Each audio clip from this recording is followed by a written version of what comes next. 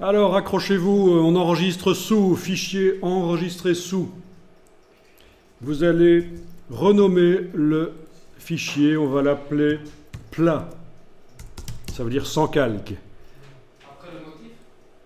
Vous enregistrez le motif sur le disque dur au format Photoshop, mais je mets dans le nom du fichier ici, j'indique que c'est plat. Donc c'est un nouveau fichier qui s'appelle plat. Il n'y a pas de calque dans le fichier. Mais vous allez dire, il y a quand même des calques dans le fichier. Ben oui. Après l'avoir enregistré en lui donnant le nom plat, je vais aplatir les calques maintenant. Menu calque, aplatir l'image. Donc tous les calques vont être réunis en un seul.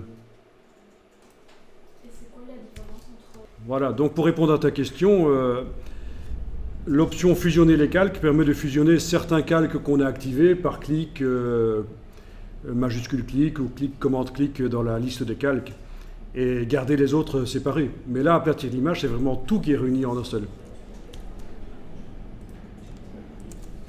Donc il n'y a plus de calques. D'habitude, on dit qu'il ne faut pas faire ça. Ça ne sert à rien de réunir les calques.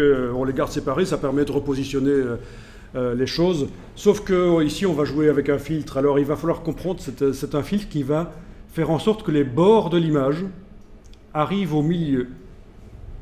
Et oui, les bords de l'image vont être déplacés vers le milieu. Vous allez voir, on le fait. Menu filtre, divers, translation. Filtre divers, translation.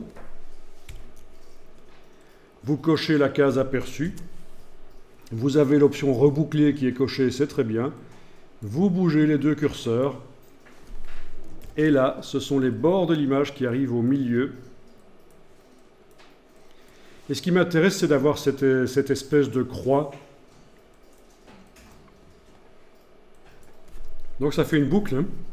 Ce qui était au milieu de l'image est maintenant sur les bords. Si vous réfléchissez un peu, vous voyez par exemple mon verre là qui déborde là sur le dessus de l'image. Eh bien, il réapparaît en dessous. Ma tasse de thé qui déborde par la droite là, eh bien, elle réapparaît sur la gauche. Donc c'est vraiment comme si on avait mis l'image sur une sphère, c'est une boucle. C'est au raccord. Vous cliquez sur OK quand vous avez réussi à faire ça.